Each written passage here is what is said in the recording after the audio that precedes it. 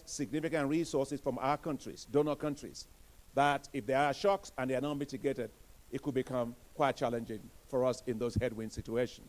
So I'm pleased to let you know that the Board of Governors of the African Development Bank, today at their meeting chaired by the Honorable Cabinet Secretary, the Chair of the Board of Governors of the bank, approved a general callable capital increase for the African Development Bank in the amount of $117 billion. That's 117 billion US dollars. This is a major demonstration of the faith, of the confidence that our shareholders have in us. Their confidence in our ability to use resources well. Their confidence in our ability to mobilize more capital with what we have. And it will give us more liquidity buffer as a bank to be able to do more. And what that really means is that the authorized general capital of the African Development Bank will increase from 201 billion US dollars, 201 billion US dollars, so $318 billion, that is $318 billion.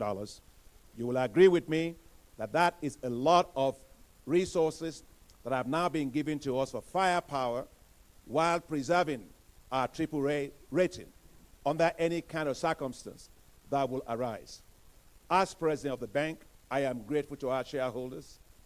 I am humbled by the level of confidence they have in us, because the boat that we are in is a boat that has to carry Africa to the destination of its transformation. That boat cannot leak. That boat must have all the resources it needs to get there. And I think what you found today was the confidence of the shareholders of the bank to make sure there will be no leakages in that boat to be able to carry Africa to its destination for transformation. And finally, I have talked about everybody that was here, or that's been here. Well, you've been here. You've been here since the beginning. You've been covering every single session. You've paid a lot of attention. You've gone out to the field. Some of you I saw, at least you are all back. You know, none of the big fights have eaten anybody or injured anybody. You know, everybody's been doing very, very well. It's been wonderful to have you here covering this event. When I started, I was told there were 150 of you, media houses. Maybe there are more today. I haven't asked Director Solomon. How many? Over 200. That's great. That's the kind of thing we want to see. Thank you for showing interest in Africa. And thank you for showing interest in the issues that we are discussing. And I have no doubt that you will properly report the good news on Africa and the news of a resilient Africa, now with an institution that the heads of state say is the Africa's bank to get us there. And we now have the firepower to do even more. So thank you very much. My time now to thank His Excellency, Honorable Professor Njuguna. I have to say it publicly. I have to tell you what I told my wife this morning about you. He is one of the smartest people that I know of, one of the most hardworking people that I know of, but he's also one of the most humble people that I know of. And thank you very much for the exceptional way in which you have chaired, led, and guided the process that has gotten us to where we are. We are very grateful to you. And when you are getting the flag done, the Secretary General said that maybe you are in the military because of the way you are folding the flag. But let me tell you, today I would act like a military. Here's my salute.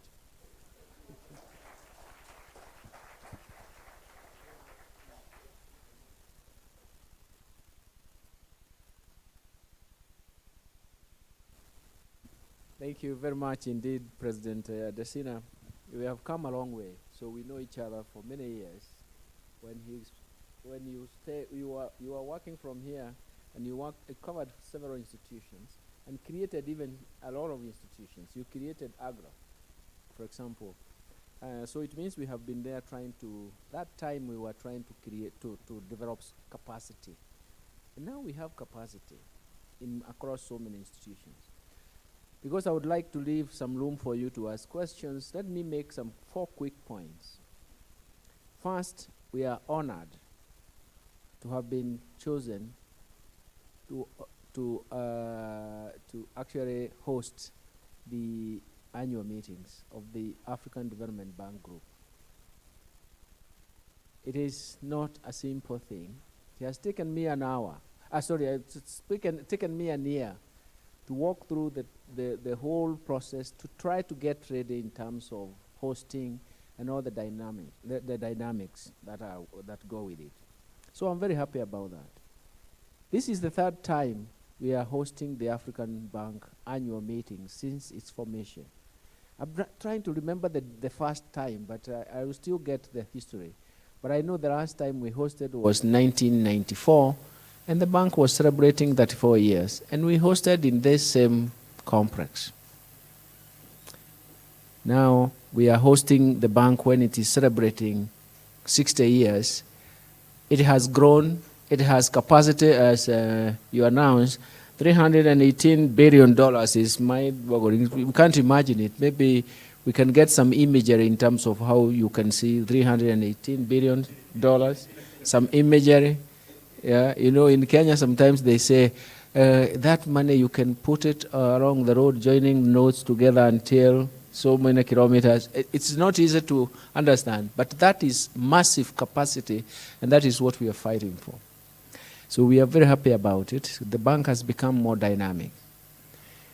We are hosting the bank at 60 years, and we are saying, because we don't want to break that sequence, make sure that we are included when in the next 30 years, that we will host the bank when it is 90 years old.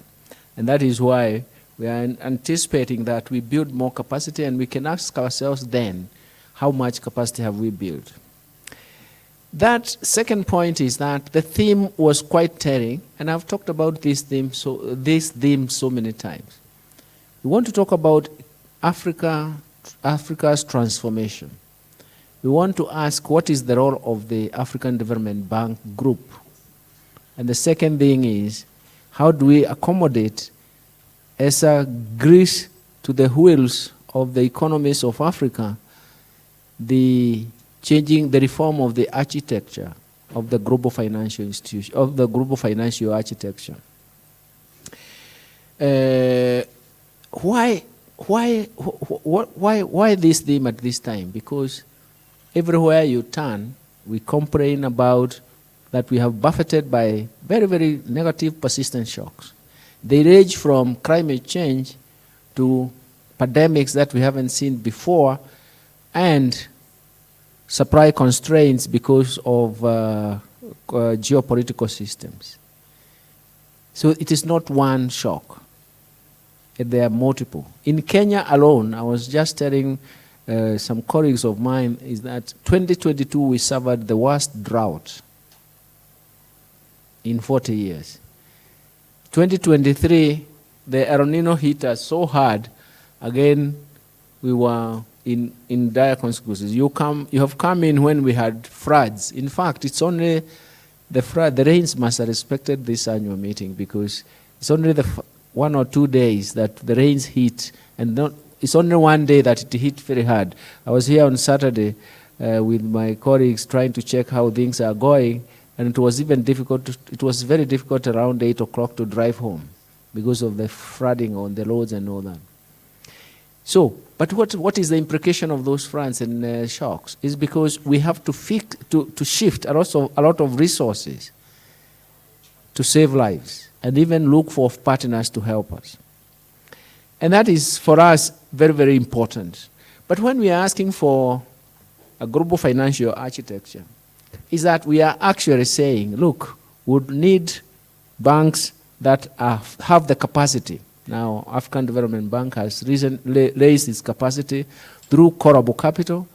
And Mr. President, I may add that even the governors themselves insisted that it's not just adding the callable capital, It is also looking for avenues to make sure that the African Development Bank has a standalone AAA rating. It is not going to be dependent on who are the shareholders, so that any shareholder who is downgraded does not affect the bank at all. And you can see that was a very, very strong message, especially when I was chairing. I had to correct this message. Everybody kept on saying we need an independent, standalone AAA rating, so that the effects of your shareholder should not even be significant to what you are. And that for us is very, very important. It's a signaling. But why do we need that capacity? We need that capacity because if we want a big, bolder, and better bank, it has to have a capacity.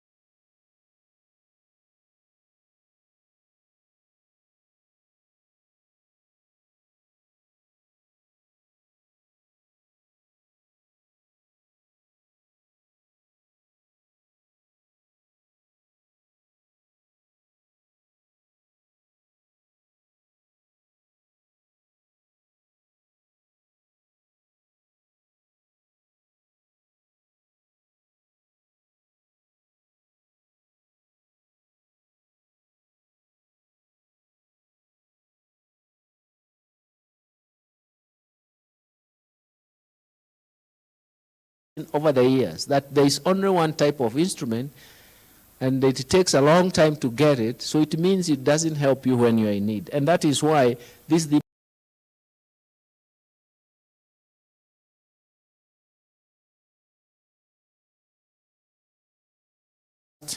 the economic outlook that my friend Kevin, Professor Kevin Olama presented, but more importantly, it also resonates well with our bottom-up economic transformation agenda. Where are the problems as we see them? From human capital development, education, health, labor markets, nutrition, which defines how and what we are going to be in future, to markets that collapse because of lack of proper leadership, failure, institutional failure problem lead to policy failure problems, to domestic resource mobilization. That is, it's not only taxes, but different instruments of raising income. But here in Kenya, pour mobiliser de revenus. Ici au Kenya, nous essayons d'utiliser les impôts pour pouvoir rassembler du capital. Donc la mobilisation des ressources internes, c'est quelque chose de très important et cela est difficile. So the economic challenges are massive.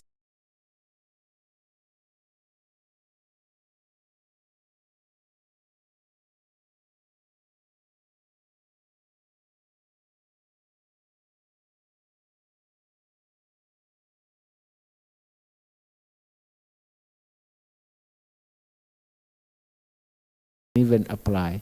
It resonates very well with the bottom-up economic transformation agenda that recognizes that majority of the Kenyans, and that also relates to Africa, have been left behind. Why have they been left behind? In fact, it's also consistent, Mr. President, with the theme of the World Bank, which is coming, the report that is coming up on the 2024 development report on the middle-income countries' stagnation. Why do they stagnate? And I was called upon to comment on that. I started by actually showing, look at the institutions. In our setting here, we want to go back to the institutions and say, please, institutional DNA must work. First, the institutions must define the legal framework. And the second thing is that they must define the incentive, or what we call the reward structure. That means that when you have the appropriate legal framework, and the appropriate incentives, you're going to encourage prudent behavior in the marketplace. You're not going to see markets collapsing. you are not going to see our institutions failing. And that is what we are going to help us turn around. But let me mention one thing that came up today, even in the morning. I think it was in this room or the other room, and it was actually even the credit rating agencies and how we deal with them. And the whole idea for me, I told them that let us create capacity for that technology to rate, so that I can have we can sit at par and argue, why did you rate Kenya this way? What information did you use? If I don't understand the information used, I cannot analytically tell that the information used was not correct, then it means that I will actually be taking the rating that I'm given without questioning, isn't it? And that's why, for me, I've been engaging the rating agencies, and every time they want even to say something, they send me an email. We sit and talk. And sometimes I read their report and say, here you go wrong because your conclusions and the information you are using is not consistent. That way we can sit on the table and have discussions. But anyway, it was your day to ask questions. Let me not go on and talk, because I think I've been talking the whole week. I was complaining that the week was so fast, Mr. President.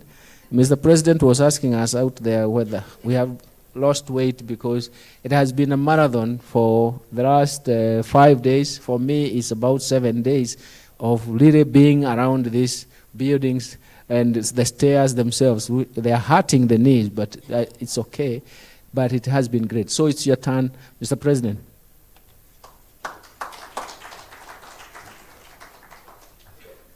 Thank you very much, Cabinet Secretary Professor Njuguna Ndung'u. So, ladies and gentlemen of the press, this is now your turn to ask questions. If we can have some microphones here, we'll take in batches of 4. So, what I will do is, where the microphones, there's one more microphone I can donate here, if okay. So, if we go, Solange, if you start with the lady in a colorful dress down right there as we come back, will be good. I'll give you one more microphone.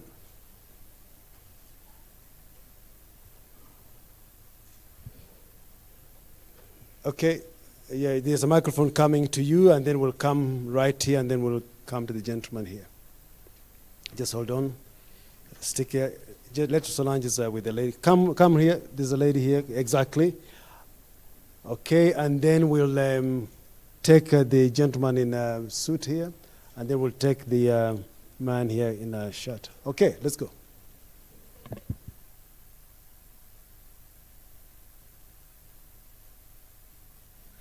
Congratulations over the hosting of this successful meeting. My name is Doreen.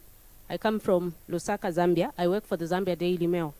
And where I stand, I come from a country that has been affected by drought. And not long ago, the electricity company gave us a warning that should rains not come this year, then they'll shut down the Kariba, because that's what generates our power. So my question is, looking at what we have critical minerals that I know, and that can help us in the energy transition. Yes, so my question is the bank increasing any energy transformation funding for countries like mine to capacitate us and give us the power to produce maybe solar energy solutions or solar energy sources alternatives? Thank you. Okay, thank you. Yes, you here.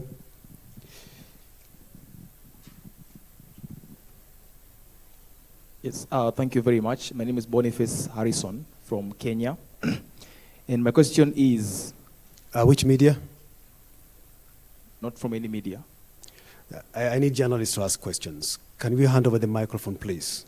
Yeah, I can... No, hold on. Give out the microphone. I'll come back to you if time allows. Thank you. The gentleman in a shirt just on your right, correct. Yes, please, go on. Thank you very much, Mr. President. My name is Tamrat. I work for Tamrat, Addis Fortune from Addis Ababa. And which media in Addis Ababa? I'm sorry? Addis Ababa Fortune. Addis Fortune. Thank you. Yeah. I heard you speaking for quite a number of years, and I always find you to be a person who chose to look at Africa, the glass half full. If you were to have anything that is the glass half empty about Africa, what would that be? And my second question is to the Cabinet Secretary. I know that your country folks are quite mad at your government for increasing taxes. And here you're talking about increasing domestic mobilization should not only be about tax. What else do you have in mind in mobilizing more resources domestically? Thank you. Okay, thank you. We'll take two questions. If we get to these two gentlemen here, okay. I'll come to you. Yes, that's right. Bonjour.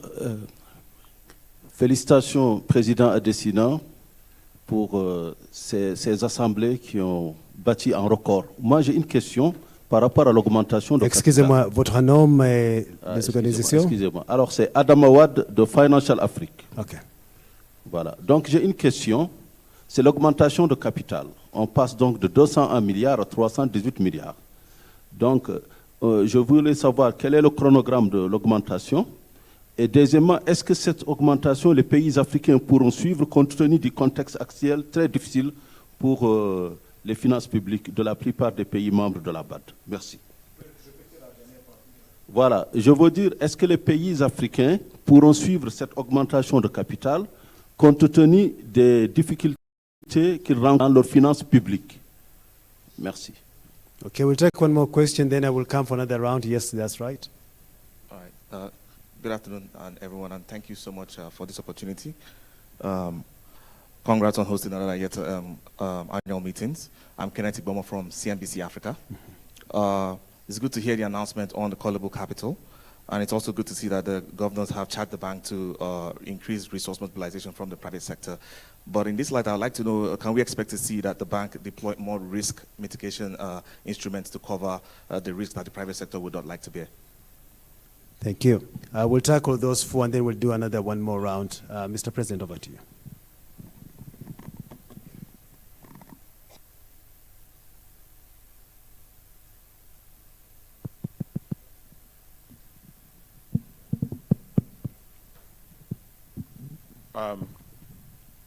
Thank you very much. I think for Doreen, I think your question is something that actually is, I want to take it more general. Where is Doreen sitting now? Okay, yeah, right. You know, because if you take a look at the ZESCO, which is your power utility company, the challenge that you have there is you're depending quite a lot on hydro. And I was with President Hichilema, and he told me that the water levels are falling significantly. And therefore, it's become very difficult for Zambia to be able to have access to electricity to power its mines and copper mines. And if you can't do that, the economy will be negatively affected. And this is where I want to say that for us as African Development Bank, we are supporting Zambia in three ways.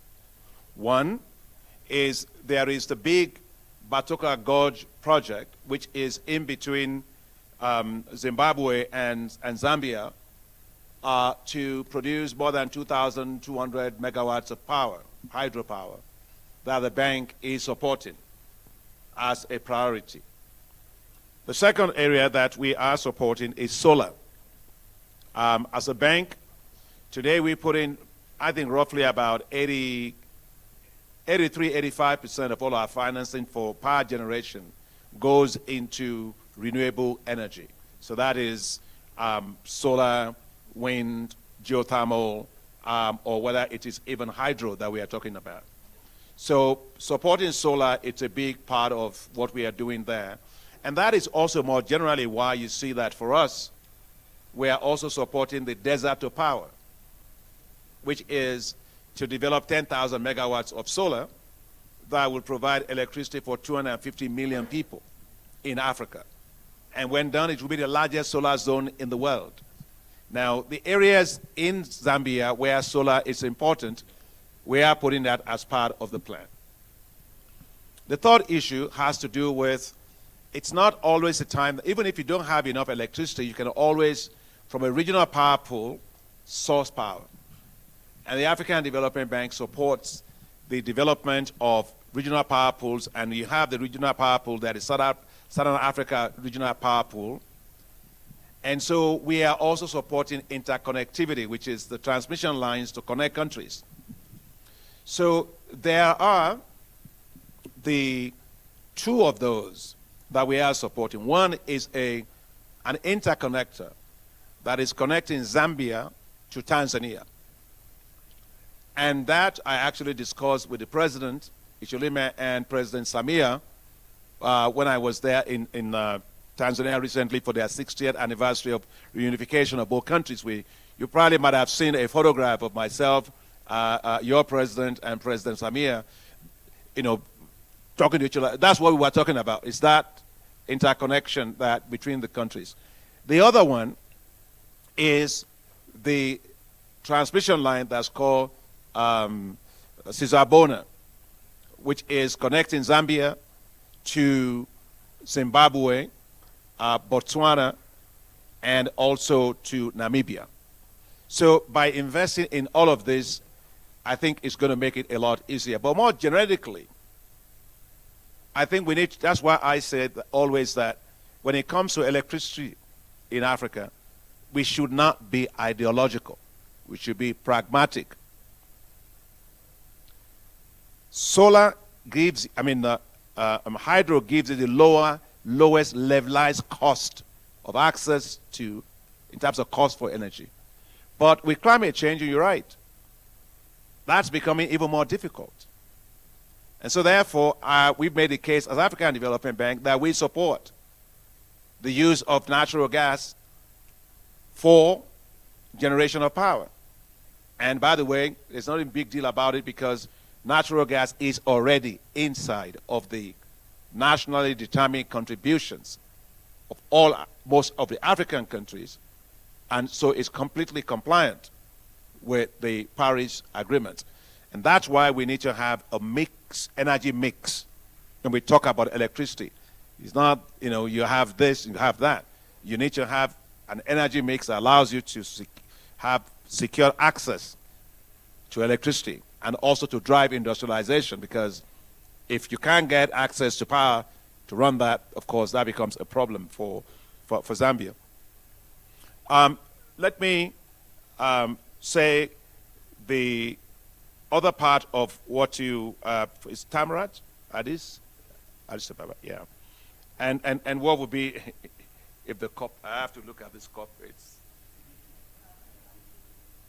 I like my cup fully full. And so, but I understand your question. The only thing that gets me worried, and I'm very optimistic about Africa, but if you wake me up and say what worries me the most, only one thing: insecurity. That's it.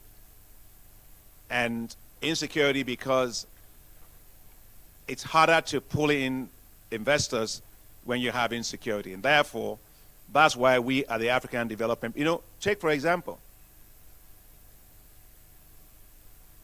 terrorists, conflicts, refugees related with conflicts, poverty, and many of the rural areas that are decimated because of lack of jobs. These are things that we need to worry quite a lot about. Often when people talk about conflict in Africa, they think interstate conflict. I'm not talking about interstate conflict. We have a few isolated cases. But it's one that is driven by more fragility that I am more concerned about.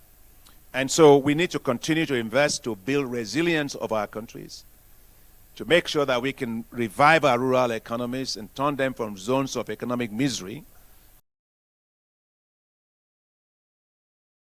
Make sure that we rebuild areas, infrastructure in areas that have been destroyed by conflict. We have to make sure that we build social infrastructure. I just got a question there from power, water, roads, hospitals, schools in these areas, because these are the things that will allow communities to have confidence in governments. And we as African Development Bank have been mandated by the African Union to continue to develop new instruments that can help African countries deal with some of this. We are working right now on one that is called security indexed investment bonds. which will be new instruments that we will be able to unveil over time to support African countries to raise more resources to tackle some of these insecurities. It's nothing to do with guns, it's nothing to do with ammunitions and stuff like that, but to rebuild infrastructure in areas that have been damaged so that you build greater resilience for countries. So I'm not sure whether that's going to make it half empty, but maybe a little bit. That's where I'm looking, maybe a little bit like that. But I want to focus more on the other part of it. Now, I know you have a question for, the other question was for the Cabinet Secretary. Yes, please. Thank you very much. I did, and I like the question from Zambia. Let me also emphasize on that. Some of you who know the private sector, one of the biggest inhibiting factors is actually cost of electricity, but it's not even the price of electricity, but cost of outages. And it affects even the household level. And now that we have the breakthrough in terms of technology, we can actually create diverse sources of energy, and that is what the president is saying. So it's not just saying, do you support us? We also want to say, generate proposals for diversity of energy sources, because now technology is there. We can, in another few years, we'll be now even storing solar, wind, and anything else that is visible. That is very, very important for us. Yes, is it from Addis Ababa? You talked about, I was talking about DRM, domestic resource mobilization. One of the things that we have to realize is that one extreme is that we have to look at all our tax instruments and see how we can optimize them. Most of the time we raise taxes, but we don't know at what level are we raising. Is it optimal? I've seen in several works that has been covered that actually you find that you lose people in the market given the way it is. If you raise taxes, people just move away from the consumption of that particular product, and the market is able to create a parallel, illicit, informal products. And that is a very bad show. So in terms of domestic resource mobilization, the first aspect is how do you optimize the tax instruments? The second one is that if you can't manage to raise taxes just because of the nature of what kind of taxes you would raise, and even the formal sector is contracting, then the best thing is actually to use user fees. That is why we are emphasizing, if the government cannot have adequate resources to generate the investment or services, for example, public goods that you need, they can pass on to the private sector, PPP approach, and people are ready to pay fees. So fees and levies is an alternative. But the second thing, that is one component of raising the government revenue. But the other component of it is actually optimize the instruments, like for example, debt instruments that you can use in the economy that are actually using the domestic currency. And we have done that in Kenya. Several examples are available. And they allow you to invest and provide public goods, but allow economic vibrancy that allows you to return on that. That is something that we are trying. And because you asked and you're from Addis Ababa, there's a study I was looking at. We have even used experimental design to see how you can actually widen the tax base. Experimental design, that was actually randomized control experiment. And it is working very well. So essentially we have several areas that we can actually use some of the knowledge base that we have to actually raise the base. Why do we need the base? Because right now, when you look at the way we are and the way we design our taxes, it's a very small proportion of the population that pays taxes. Okay? Very small proportion. How you enlarge that base, it means that you have to rethink about the structure of the economy and ask yourself, what kind of structures of tax instruments, a combination of tax instrument, user fees, and levies that I can combine so that people are willing to pay for services, isn't it? They are willing to do that. You have come We had 11,000 guests. If you assume that about 70% were coming from outside, most of them use the expressway, isn't it? They are conscious of time. They paid for the fees, isn't it? They paid the toll. So that is the example that we're showing. Because taxes will never be adequate in terms of the development you want to roll out. So we are going to have like a space where we are running very fast. We are optimistic we can do better. By the way, the half glass, for me, I can go into, Mr. President, I will not go into intricate of, it's a game theory, the signaling of saying you are quite optimistic. You are hopeful. But when you say my glass is half empty, it's related to, I don't know whether you have read literature by, for example, Albert Camus, that says it's desperado. You are spreading germs of desperado. But if you are saying it's half full, you are quite optimistic. You can be related to people like Alex Raguma. They are hopeful.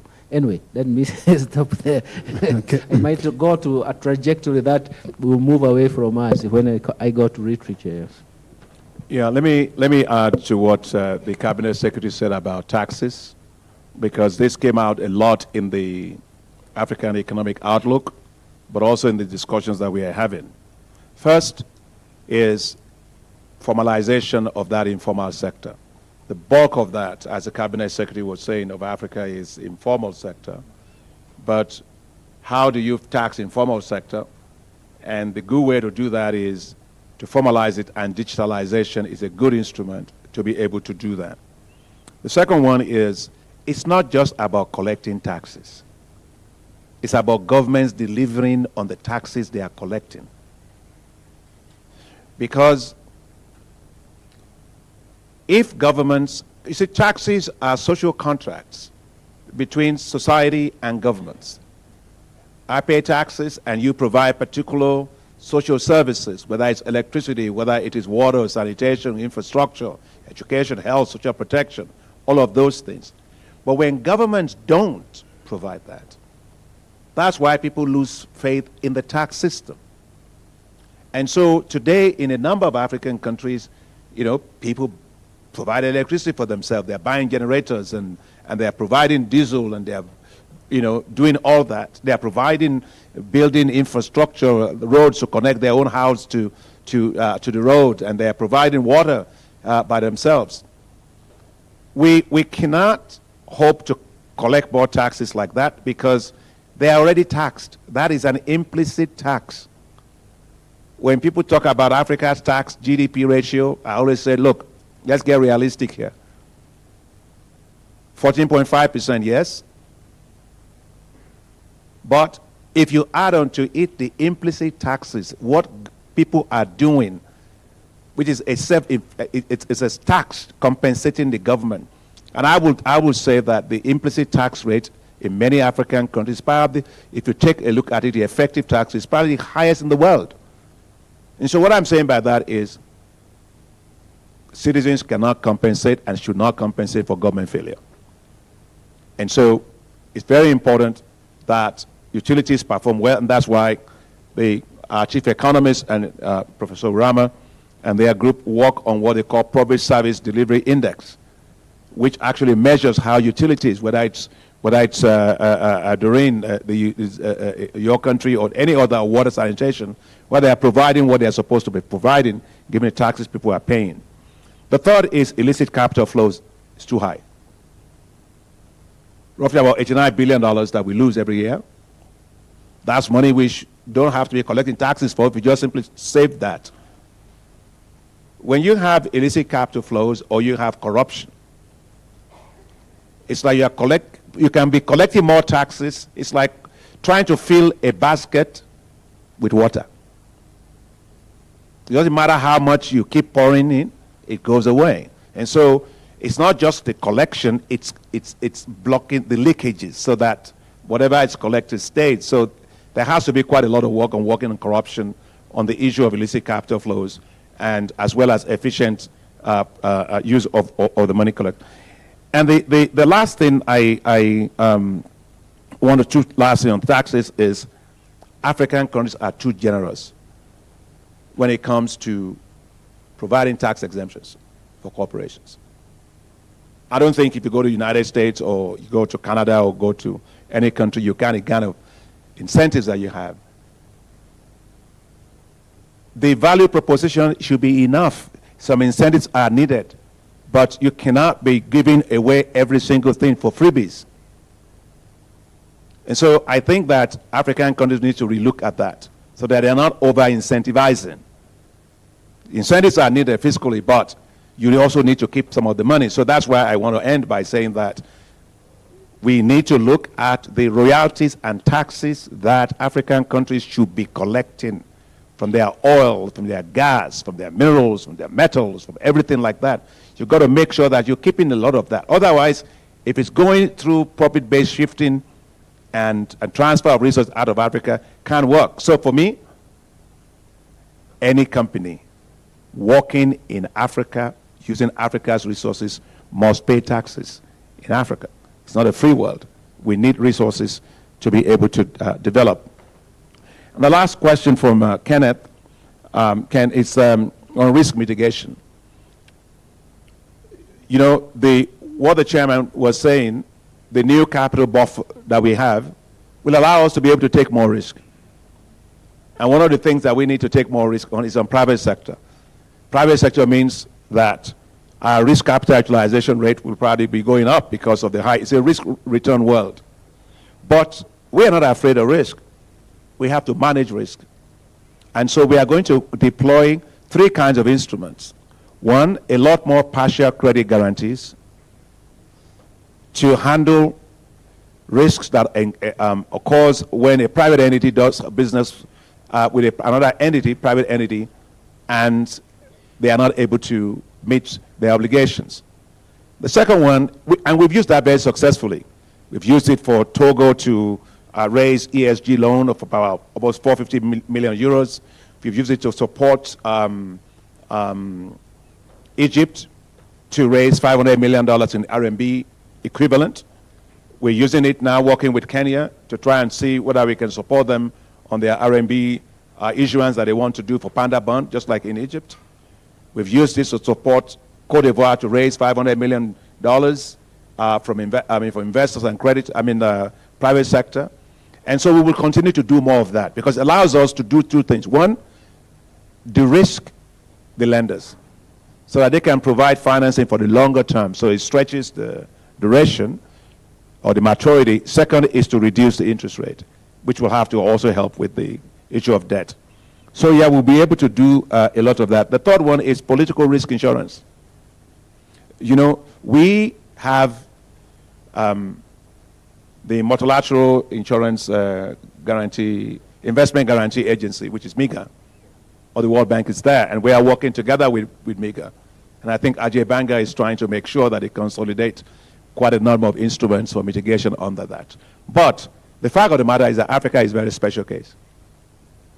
And MIGA doesn't help us to do the political risk insurance that we need in Africa.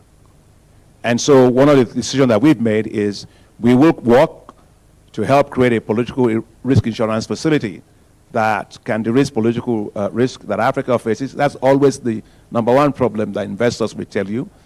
And that's why in our discussion with our governors, chaired by His Excellency, the Cabinet Secretary, they endorsed the proposal that I gave them that we will consolidate all of our risk instruments.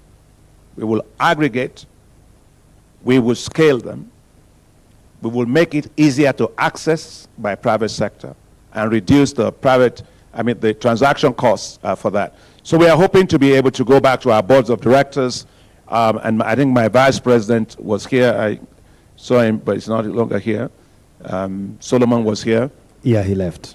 Yeah, to create, we're hoping to work with our board of governors based on what our board of directors, based on what our board of governors have endorsed for us, to create something like, work towards the creation, I would say, of a guarantee facility for Africa, which will bring together all of these instruments to be able to leverage more. Thank you, Mr. President. I've just been informed that you are needed somewhere else for another appointment. I know there's still some more questions, but I don't know whether you No, could I speak. think we go ahead. All right, so we'll Let start me with- emphasize one point, because that All right. point about CNBC, because that point about risk mitigation, you know that every time we have a market, let me put it this way, if you are able to analyze and price risk, you are halfway there. So there will be a market for risk mitigation, because there is market. That's what the president has encouraged us, trying to say that there are different, diverse instruments that you can use. But I think the bottom line is that you are able to analyze the risk you face or you could face and price it. That market will come and develop and will cover all forms of risk. And that is what we are going to get in Africa, because the risk in Africa is a perception. But we can actually analyze and price risk and have a mitigation or a market for risk. Thank you so much for that, Cabinet Secretary. I will be taking 2 questions from the front here, or at least this side now is a welcome to you. I know you raised your hand earlier. Then I will go right at the back so that we can also balance the voices. So yes, where you are, Emeka, and then if we can have somebody here quickly, correct, and then Solange, if you can be at the back, that'd be good. Oh, okay. Okay.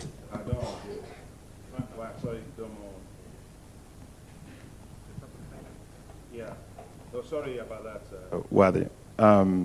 They were asking about the chronograph, the shows. Yes. Microphone, please. Microphone. Going to do it. So that tells you the level of commitment that they have. You see, capital provided for us is capital that works for the countries. That's money that we can leverage 4 times and provide more financing for all the regional member countries to, instead of going to capital markets and raising money at 8, 9, 10% interest rate, you raise money for us 1.1%, 40 years money. So I think they recognize that importance, and it was unanimous. Both regional countries and non-regional countries, 100%. Just tells you they believe that as a bank, we are a good leveraging machine that can provide long-term concessional financing for them. Yeah. Thank you for that. So let's have the question here. I've got 2 gentlemen in the first one, then the second, and we'll go at the back and come to you. Go on. Good afternoon, Mr. President. Paulo from Portuguese news agency Lusa. A very basic question for you. After 5 days of discussions, I ask for a concrete measure, action to adopt from now on to reform the architecture of financial international system and Africa transformation, one which Mrs. Grace that you spoke about on Monday, which is have electricity now, Nigeria, could understand. Move the microphone closer to you. Okay. A concrete measure, plan, from now on, to reform Africa, to reform the architectural transformation and the financial system, which Mrs. Grace, that you spoke about on Monday, could understand. Oh. Okay, Grace in Naivasha. Okay, then give the microphone to the gentleman behind you. Good afternoon, everyone. My question goes to the CS. What's your name and organization, please? All right, Jimmy Mbogo from Citizen TV here in Kenya. So my question is for the CS. We recently saw Kenya and the commitments that were made by the president. We want to know how is the government intending to raise this? For instance, the 100 million that was supposed to go to Afri-Exim Trade Development Bank, as well as AFDB, and we want to know what percentages will go to these different institutions. And to President Adesina, I just want to know, one of the things that you have previously spoken about is the wastage of public resources, and I just want to know, is this a conversation that came up during your meeting with the governors, and also just looking at what are the resolution of these conversations? Thank you. Emeka, as you run at the back, there are 2 lady colleagues here. Let's get your question here in the front here. Hi. Okay. My name is Lucia Blanco. I'm from Spain's International News Agency. My question is for President Andesina. There are several important meetings coming up during the year by the World Bank, by the G20, and I'm wondering, what do you expect after these 4 days of deliberation where you wanted to kind of like make concrete and find a unique voice for Africa? What do you expect from those financial meetings? All right, thank you. Yes, there you go. You've got hands there, exactly, those two. Yeah, there are two of them. And then we'll Thank you so much. My name is Alice Kajina. I work with the New Times from Rwanda. Investing in Africa's young population is mentioned to be at the heart of the bank's 10-year strategy. I would like to ask you, in which practical ways will young entrepreneurs and innovators feel the benefits from the bank, and how can they position themselves to leverage that? And if I may ask, going forward, how is the cooperation between the bank and Rwanda going to look like? I know you have a couple of projects for financing in Rwanda, but how is it going to look like going forward? Thank you. Right. Give it to your colleague at the back. No, at the back. She'd been raising her hand for a long time. Bonjour. Good morning, Imen. Mira from Tunisia. In fact, several countries suffer from climate change, and you spoke a lot about hybrid financing, and I wanted to know whether this financing is going to benefit all African countries, and also whether the rates are going to be competitive. And my second question has to do with the carbon imprint. Now, you spoke a lot. You can't hear?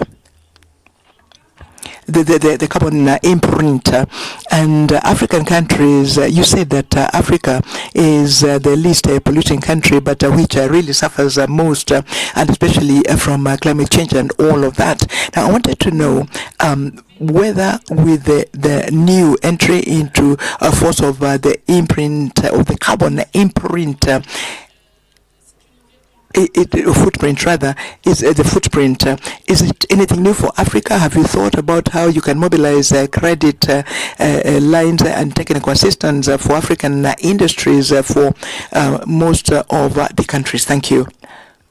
Mr. President.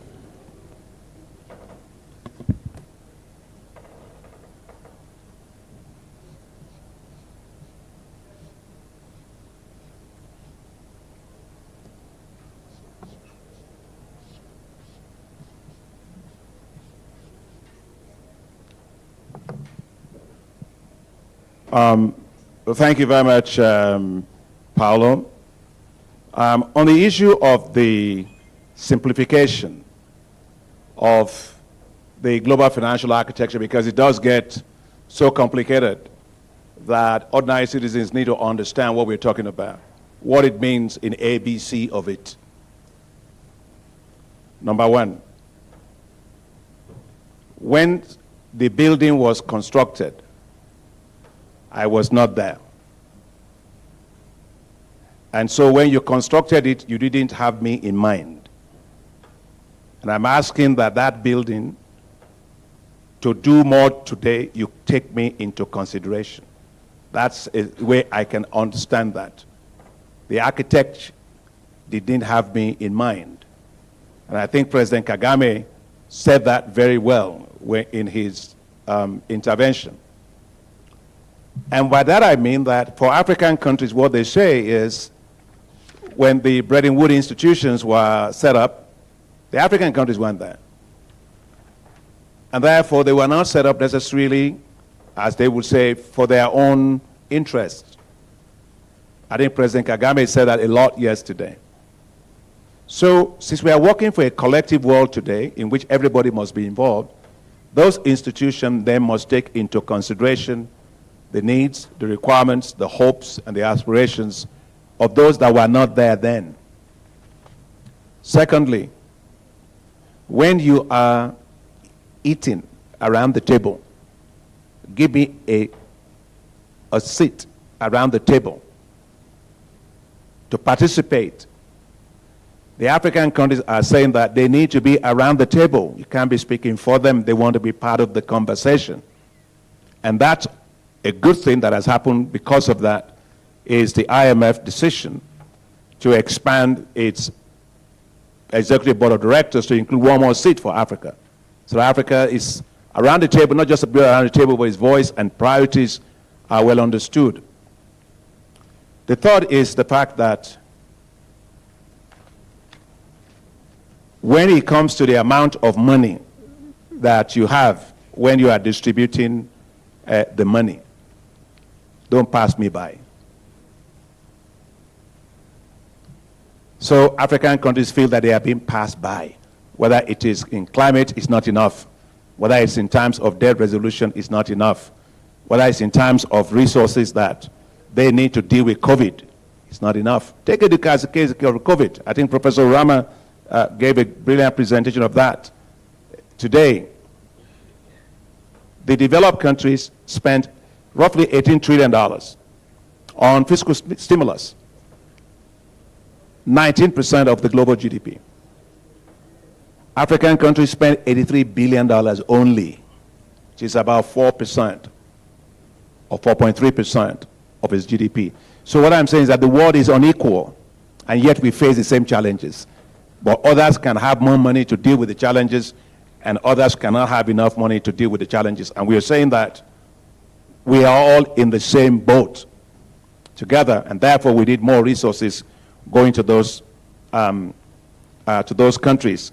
And the last one that I want to say is that Professor Njuguna has helped me to answer that question. When you said that in your town or your area, if you are going to help me faster, right? Generosity has to have speed. Yeah, generosity has to have speed. If I'm hungry and you want to give me food, just bring the food before I die. But so if you are not going to bring the food, then it means you are generous but mean. Yeah. So bring it quickly. So we are talking about we need to change faster. We need to be faster in providing needed support. And this is particularly critical for climate change. Help me while I'm alive. Don't help me when I'm dead. And so therefore we need to simplify the processes in which countries are able to access the resources that are there. They shouldn't have to be looking for it. So I hope that Mrs. Grace, my own Grace understands this one, but it's a simplification of it, because I think we do need to let you know that that's what we are trying to do with this sometimes big, so theoretical and so on, but that's the ABC of it as best I can explain. I think Paulo is where? I hope it's helpful. For Mbogo Citizen TV, I think that is for, so I will let the CS handle that. But I will take the only part of the wastage of the public resources after the CS has spoken. Thank you very much for that question. You know, sometimes I'm not so sure about the question, whether there is something else you are asking, because government expenditure comes from the budget, isn't it? That budget is actually the taxes that are paid.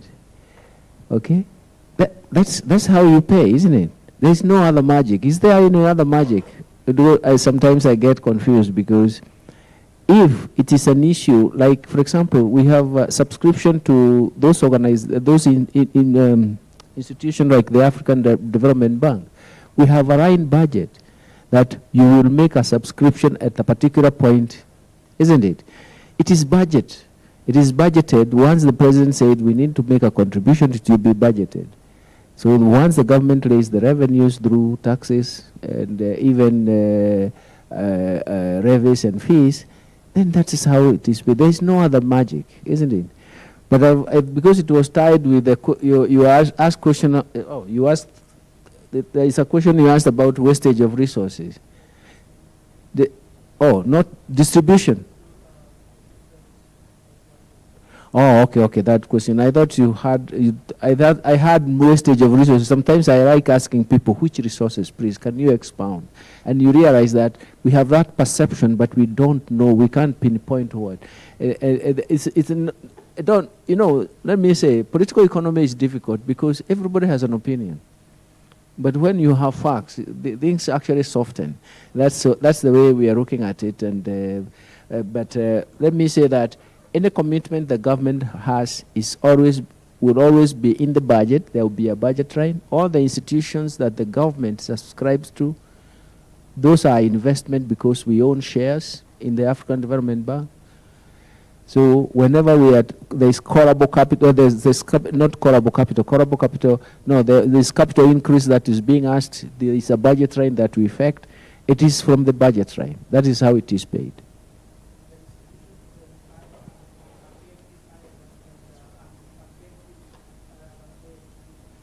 You cannot talk about, those are standalone institutions. What do you mean by distribution in this case?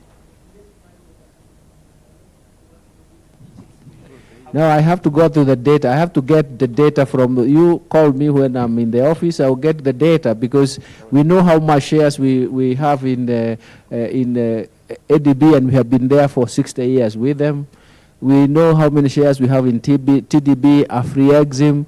We have shares in the World Bank. We have shares in the IMF. We have those. But it's not the distribution. We actually say how much we contributed. We have, all that data is registered because it's with the National Treasury. All the assets that the government has are with the National Treasury. Let me go to Spain so that in the interest of time. Yeah, it's working. Thank you. And so the issue is going from here to G20. I just came back from G7, the G20 meeting coming up with, or G7 heads of state meeting coming up, and then there'll be G20 head of state meeting coming up and all that. Just 4 issues for us as we take the message from here.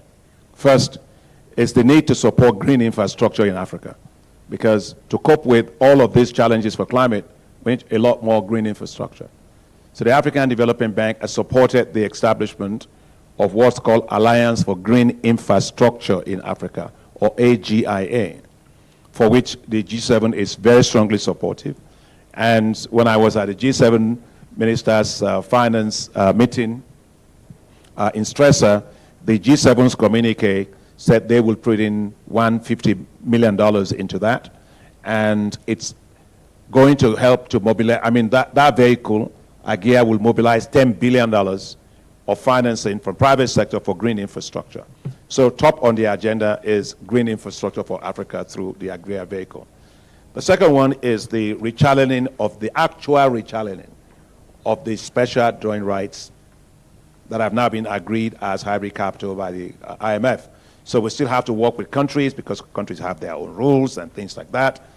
So on our agenda would be contacting countries that can actually provide that rechallening and making sure that we meet their requirements. So myself and Professor Ilan, the president of Inter-American Development Bank, will be making quite some travels together to try and make sure we can bring those resources to our institutions to leverage them as we have said we are going to do. The third one is on climate finance, which has to do with what was raised. We will make sure that Africa's needs for climate finance are well understood, but more than understood is that there's more resources for climate finance. And here I want to thank President Ruto and to acknowledge his leadership for us on the continent on the issue of mobilizing more private sector, more climate finance. He held the Africa Climate Summit here. So we're going to continue to take that up because we get for climate adaptation today only $30 billion a year. At least $277 billion a year. So there's still a lot of gap. And so both up to COP29, we will continue to make that advocacy. And lastly is, we all agree that for the global financial architecture to help to deal with the issues of debt of countries, higher levels of concessional financing is needed. And so the African Development Fund will be having its 17th replenishment next year. And you had the great support here. And IDA also is having already its own IDA 21 replenishment. We are supportive of that, as much as also the countries are also supportive of the African Development Fund's 17th replenishment. So all of those things are the things that we will continue to push going from here. To your point from Rwanda, I think. Rwanda, yeah. About youth entrepreneurship, so on. So 3 things. First is that we are supporting what's called coding for employment. In other words, the currency of today is coding. Because we are in a digitalized world with a lot of digitalized payments. So we are providing through our program called Coding for Employment opportunities for young people to be able to have digital skills and to be able to code. You know, we're doing that with several centers of excellence in Africa, including in Rwanda, by the way. You know, so we'll continue to do that because it makes them employable, right?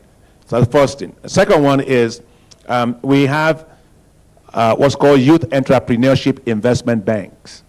There are new financial institutions that the African Development Bank is helping to establish that will deploy both debt and equity instruments for businesses of young people. So that, you know, and why this is important is when a young person comes to a bank, you probably see somebody like me with a bow tie and a striped suit and all that. It's scary. The systems of commercial banks and banks are not made for young people. The moment you enter, the only thing they see is risk. Risk, risk, risk. Go and bring the houses you have as collateral. You have no house. You're only 18 or 19 years old. Or they ask you, go and bring your tax receipts for the last 30 years. And you are only 21 years old. And so we believe that young people are not risks. But we need to put our resources at risk on their behalf, because if we don't, that will be the biggest risk that Africa has. And that's why we are doing the Youth Entrepreneurship Investment Banks to support them to turn their ideas into great businesses. Our board has approved the first one of Youth Entrepreneurship Investment Bank in Liberia for $16 million. They also approved the second one for Ethiopia. How much was that? Was $12 million.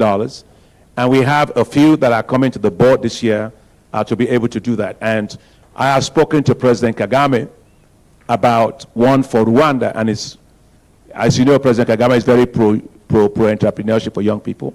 That's going to be coming up for Rwanda. And third is that for Rwanda specifically, we are supporting the Kigali Institute of Technology, where it's a program that we support that allows with Carnegie Mellon University, together with the University of Kigali Institute of Technology, that produces world-class ICT experts. Today, 90% of them get jobs, and one of them recently, a couple of years ago, was a young Rwandese who actually President Kagame told me about, was jogging on the street. He was jogging at about 8 o'clock at night. And there was this young lady who was jogging in the opposite direction. And then she walked up to him and said, "Oh, Mr. President, I want to talk to you." And the military people pushed her away. And she said, "But you sent me to the Kigali Institute of Technology, and I want to tell you what I want to do." So he said, "Okay, come by." So he said, "See me at the villa." So went to the State House. And he was generous to give us some few amount of money, he said, just to encourage her. She disappeared for 2.5 years, never had a thing from her. After that, they got a call that there was a lady who was waiting for him, wanted to speak to him at the gate of the State House. They allowed her to come in, and it was the same lady, young lady. She said, "Mr. President, thank you for your support for me. The business that you gave me some grants to support, I just sold it for $21 million. And she was 27 years old. So I told the president, please, maybe you should tell all the other African heads of state to be jogging at 8 o'clock at night. I think it may solve the problem. On the issue of Tunisia, yes, the hybrid capital will benefit everybody because it allows something is kind of perpetual. It allows us to leverage it 4 times. We can raise more resources. That allows us to lend and also benefit the low-income countries because when the water level rises, all the boats rise with it. And that's how we see it. And I couldn't get the last part of your question because my thing wasn't working so well here, but I had a part of the lines of credit. in terms of small and medium-sized enterprises. We do a lot of that for lines of credit for small and medium-sized enterprises. But we need to make sure that we support SMEs in the real sector. And we also need to make sure that when we give those lines of credit to banks, that they're actually lending them to small and medium-sized enterprises. So for us as a bank, we don't generally like just freebies lines of credit anymore. Whether it's for energy, we'll give you financing, give it to those that are doing energy. If it's for agriculture, we give it just for that. So we're trying to be more specific to avoid that issue that happens that you give something general and or generic, it doesn't get there. Maybe, Mr. President, for 30 seconds, there was a question about the carbon tax. The EU carbon Yeah, what was the question? I couldn't hear it in my phone. The EU carbon tax and how it affects SMEs. Oh, how, that was the question. Yeah, from the lady, yes. The interpretation was, yeah. Yeah, I couldn't, yeah. Okay, if that's the question, the EU carbon tax and how it supports SME, is that the question? En fait, ma question, elle est simple. So my question was very simple. African countries are suffering from differences in terms of carbon footprints. They don't have a lot of emissions, but they're penalized. Whereas in Europe, they are going to put up as some entry barrier the carbon impact, so that they are going to ensure that exports do not come out of Europe. So the other. I understand your question.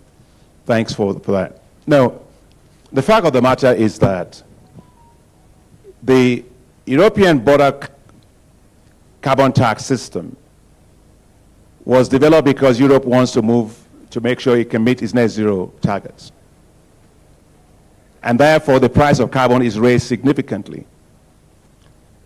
However, because Europe is also Africa's largest trading partner, that border tax mechanism actually has an impact, because if you export to Europe and they have to look at the carbon, the carbon footprint of your export, and the way it was going to work is they will then tax you not based on the carbon at your point of origin, but it will tax you equivalent to the highest level carbon tax in Europe.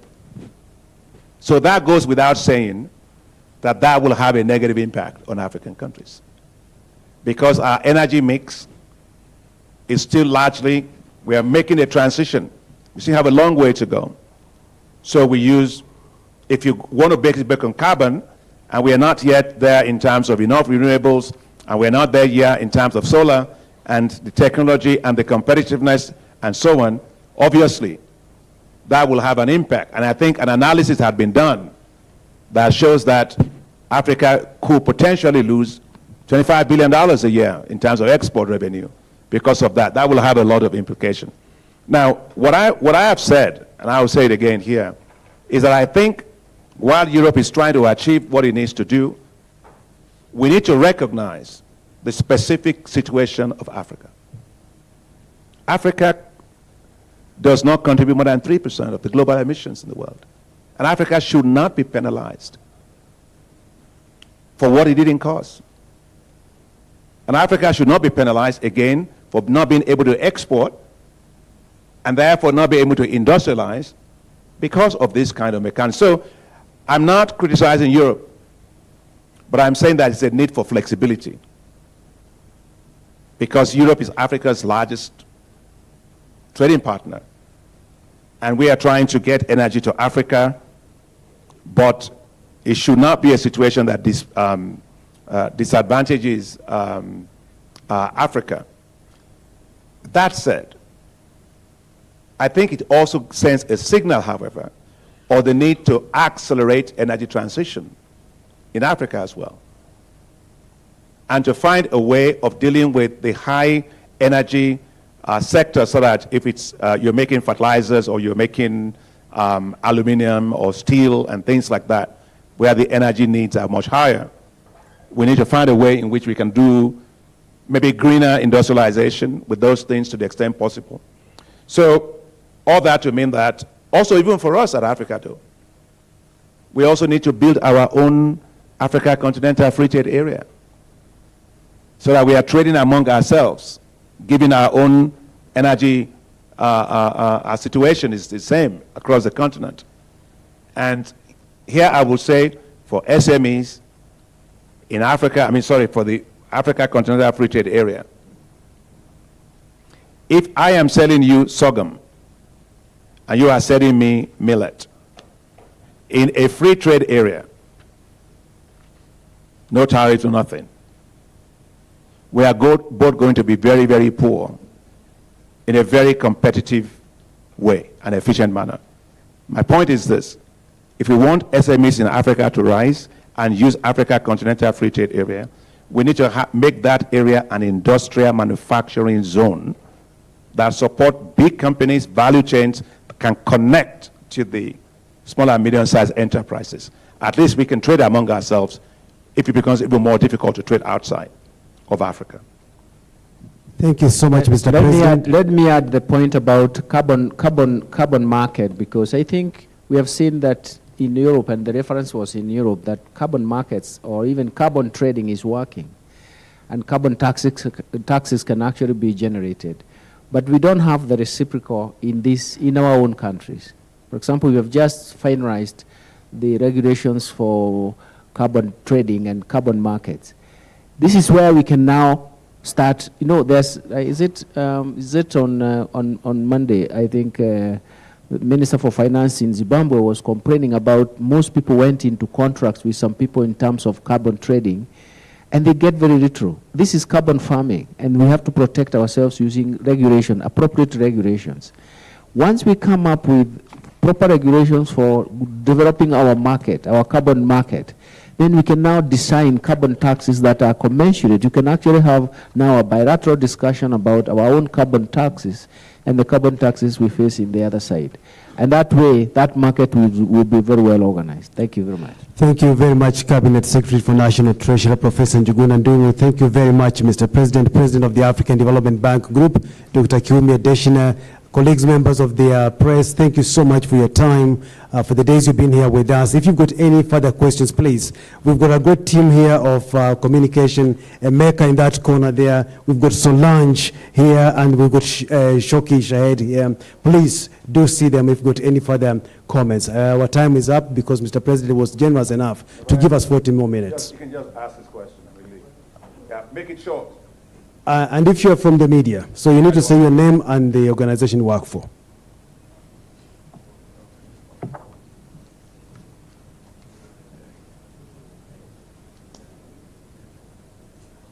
Oh, it's not media? No. Okay, thank you very much, ladies and gentlemen. Thank you.